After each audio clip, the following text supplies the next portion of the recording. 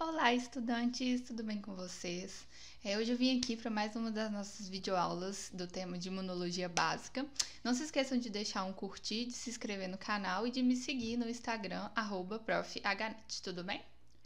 Hoje o tema da nossa aula vai ser função dos tecidos linfóides e as células presentes nesses tecidos. Vamos falar um pouquinho sobre essas funções desse tecido tão importante. Então, primeiramente, os tecidos linfóides, eles são caracterizados órgãos linfóides geradores, onde os linfócitos começam a expressar seus receptores e atingem sua maturidade fenotípica e funcional. É o local onde as respostas dos linfócitos contra os antígenos invasores, contra os micro-organismos, são iniciadas. E nós temos alguns órgãos linfóides geradores, que são a medula óssea e o timo. A medula óssea é um órgão gerador de linfócitos B, enquanto o timo é o órgão gerador de linfócito T. Os linfócitos B, então, eles são gerados e amadurecem parcialmente na medula. Após isso, eles entram na circulação sanguínea e se dirigem aos órgãos linfóides periféricos, como o baço, como os linfonodos, tá? Já os linfócitos T, eles são gerados na medula e amadurecem totalmente no timo. Após isso, eles vão para a circulação e vão residir nos órgãos e tecidos periféricos da mesma forma que os linfócitos B, tá? Então, por que eles amadurecem nesses órgãos? Por que o linfócito B amadurece na medula e o T amadurece no timo? Nesses locais, eles têm a função de fornecer fatores de crescimento para essas células e demais sinais celulares que são necessários para o crescimento e amadurecimento dessas células. Além disso, no caso dos linfócitos T, é no timo que ocorre aquela seleção dos linfócitos não reativos, que ocorre essa autosseleção para que os nossos linfócitos não respondam às células do nosso próprio corpo nos atacando. E mais uma importante característica os linfócitos B, como eu já falei, eles são sintetizados e amadurecem parcialmente na medula. Após isso, eles entram na circulação e vão para os órgãos periféricos. Nesse local dos órgãos periféricos vai ser onde o linfócito B vai amadurecer, que é diferentemente do linfócito T, que já sai do timo totalmente maduro, tá? Os órgãos linfóides secundários, então, ele tem como uma das características a segregação dos linfócitos B e T. Ou seja, quando os linfócitos B e T saem desses locais de amadurecimento, de crescimento, né, e vão para os órgãos linfóides secundários, que, como eu já falei, baço, linfonodo, etc., eles são literalmente segregados, fisicamente segregados. E aí eles vão ter locais específicos nesses órgãos que eles vão entrar em contato com seus antígenos. Mais pra frente a gente vai falar sobre isso. Primeiramente, então, a gente vai falar sobre a medula óssea.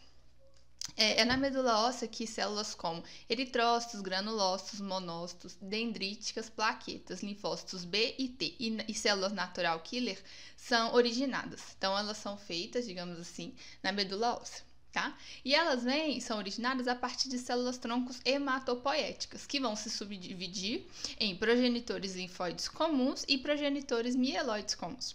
Os progenitores linfóides comuns, então, eles são precursores das linhagens de célula B, T e natural killer, sendo que as células, tanto natural killer quanto células T, amadurecem na própria medula, como eu já falei, e as células T, né, os linfócitos T, amadurecem no timo.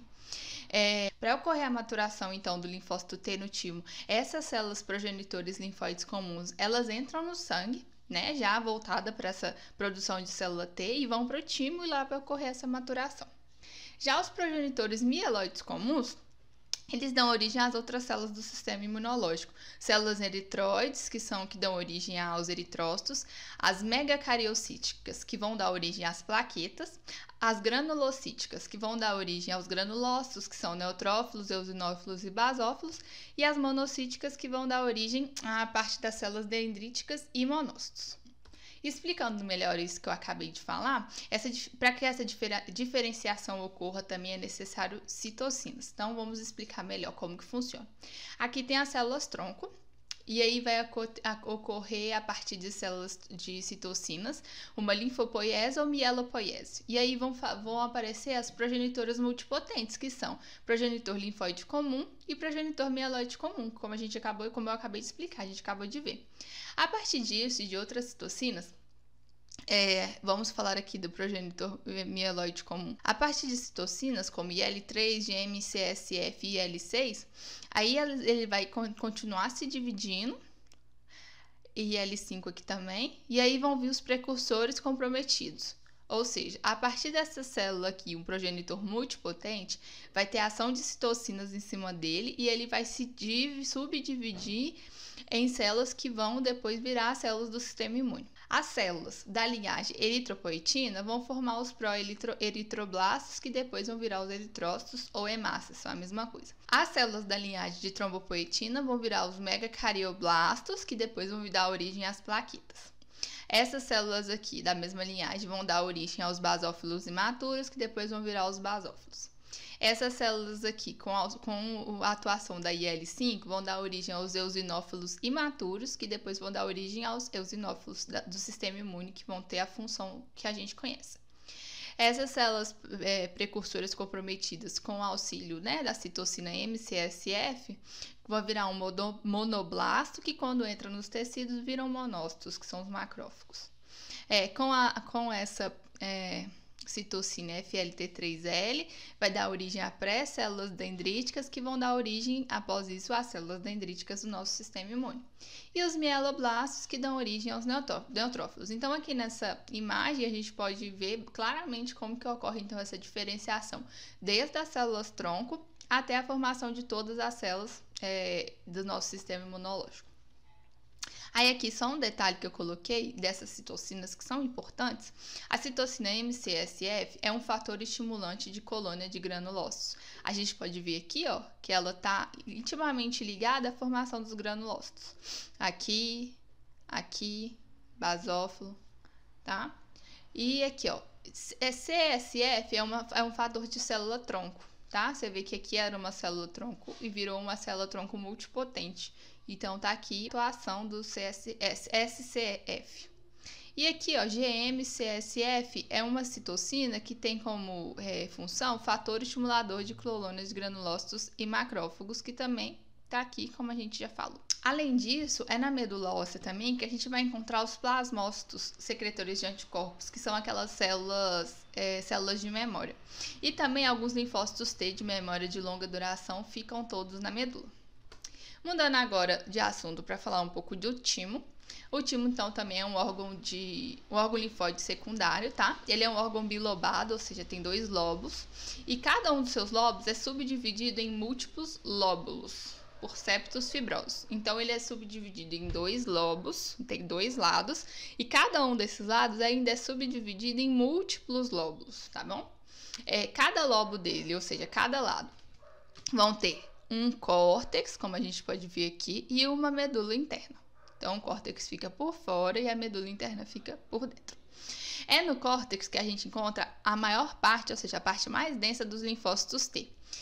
Os macrófagos derivados de medula óssea e células dendríticas vão ser encontradas na medula. Então, no córtex aqui do desenhozinho, vamos imaginar, vai ter a parte que vão ter os linfócitos T, porque eles são separados fisicamente, e na medula é onde a gente vai encontrar as células dendríticas e os macrófagos derivados de medula óssea. As células epiteliais do timo, elas fazem o papel de produzir uma citocina que chama IL-7. Essa citocina é necessária para o início do desenvolvimento da célula T. Então, tá aí mais um motivo de por que a célula T vai para o timo. Tem vários motivos. Um subtipo celular encontrado na medula tímica também é chamado de células epiteliais medulares tímicas, ou TMEC. E essas células que têm aquele papel de apresentação de antígeno próprio para células T. E aí ela vai fazer a seleção ou a deleção daqueles linfócitos que forem autorreativos, ou seja, ela apresentou um antígeno próprio para o linfócito T. O linfócito reagiu a esse antígeno próprio. Então, esse linfócito provavelmente vai ser deletado, porque ele não pode continuar na maturação dele, porque isso vai assegurar a nossa autotolerância, ou seja, uma tolerância do nosso sistema imune ao nosso próprio corpo. E aí, aqui a gente consegue ver como que acontece essa saída das células da medula e ida para o timo. Então, ó, os progenitores linfóides comuns, né, como a gente já falou, são eles que dão origem às células T. Eles saem da medula via sangue e alcançam o córtex do timo. A gente pode ver aqui, ó, os vasos sanguíneos, é assim que eles vão alcançar o córtex do timo. E aí a maturação, então, vai começar no córtex. E essas células T passam a ser chamadas de timócitos. Beleza. Conforme os timócitos vão amadurecendo, eles vão migrando. Então, aqui, imagina que ele está aqui no córtex. Então, ele começa a migrar a partir que ele amadurece para a medula do timo. E apenas quando eles chegam na medula, quando eles estão na medula, é quando eles estão 100% maduros. Aí eles saem do timo também, via vasos sanguíneos, entram na corrente sanguínea e vão para os tecidos linfóides periféricos, que vai ser onde as células T vão reconhecer as células dendríticas que vão estar apresentando para ele, então, antígenos. Então, é isso que acontece com as células T, enquanto elas não estão maduras, amadurecem, ficam maduras e saem do timo para poder, então, fazer o papel delas de célula T no corpo. Falando um pouquinho agora de sistema linfático, esse é o sistema que drena o excesso de líquido corporal do nosso corpo. Ele drena para os gânglios linfáticos e esse líquido volta para a circulação sanguínea depois. Então aqui, ó, a gente pode ver nessa imagem o quanto o sistema linfático é presente em todo o nosso corpo, e isso demonstra o quanto ele é muito importante, porque ele vai drenar esse excesso de líquido, então, para dentro dele, e ao final de tudo, ele vai jogar aqui, ó, a gente pode ver aqui uma representação, ele vai jogar para dentro da circulação sanguínea de novo. Mas você pode ficar se perguntando, como que esse excesso de líquidos, então, ele é formado? Esse excesso de líquido é formado a partir de filtrado do plasma, que sai da célula dentro do tecido. As células sempre liberam, assim, um pouquinho de plasma. Então, é assim que é formado esse líquido. Essa quantidade, ela pode aumentar, essa quantidade de líquido produzida, ela pode aumentar caso o tecido estiver passando por uma inflamação ou ele estiver lesado, tá? Esse líquido, então, ele é absorvido e passa a ser chamado de linfa, né? Por causa do sistema linfático, carrega a linfa. E vai para dentro dos vasos linfáticos e é bombeado através das nossas contrações musculares. Então, a partir do momento que a gente anda, que a gente mexe, que a gente faz digestão, isso vai ajudar o sistema linfático a bombear. Porque, pensa, o sistema linfático não tem um coração que faz ele bombear, né? Então, ele precisa de uma ajuda para poder bombear toda essa linfa. Os vasos linfáticos, então, eles vão se juntando, eles começam fininho, vão ficando mais grossos, vão se juntando e ficando bem grossos, e desembocam no ducto torácico, que é aqui atrás, e esse é um grande vaso linfático que a gente tem, tá? E esse ducto torácico vai ser esvaziado na veia cava superior do coração, e isso vai fazer com que devolva, então, essa linfa para a nossa circulação sanguínea. Todos os dias, cerca de 2 litros de linfa retornam para a circulação sanguínea, é muita coisa. Então, se ocorrer uma ruptura desse sistema linfático, vai levar a um edema. O edema, ele é um excesso de líquido em um local só. Então, é muito importante que esse sistema linfático esteja funcionando tudo ok. Tá?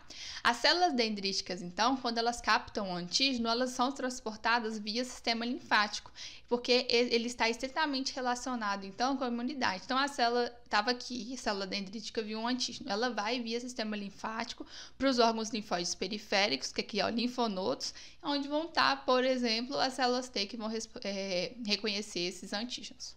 Além disso, também, os antígenos, micro-organismos, eles podem estar solúveis. E aí, a partir do sistema linfático, toda vez que um antígeno solúvel cai no linfonodo, ocorre uma barreira. E ali vai ocorrer uma resposta contra esse antígeno, tá bom? Esses gânglios linfáticos, então, funcionam como um filtro que testa esses antígenos que estão na linfa e nas células dendríticas, impedindo que a maioria chegue no sangue, como eu acabei de explicar. Vamos falar um pouquinho agora sobre os gânglios linfáticos. Tá aqui a carinha do gânglio linfático, tá bom? Ele é situado ao longo do sistema linfático, como a gente pode ver aqui nessa imagem, que são aqui, ó, os linfonodos. Então, ele está ao longo desse sistema linfático. Ele é um órgão linfóide secundário, tá? E por ele estar ao longo do sistema linfático, ele tem acesso a todos os micro-organismos e antígenos que entram no nosso corpo, tá?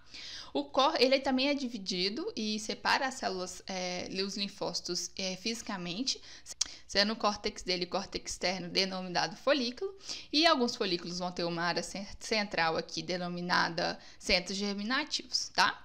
E o córtex ao redor do folículo, aqui, é denominado córtex parafolicular, que são as zonas de célula T. Então, é como se ele fosse dividido em dois córtex, que seria um córtex mais externo para as células B e um córtex mais interno para as células T. E aqui no meio vai ter a medula dele, que é onde depois que essas células encontram o antígeno, se respondem a esse antígeno, vão sair de volta, exemplo, para o vaso linfático.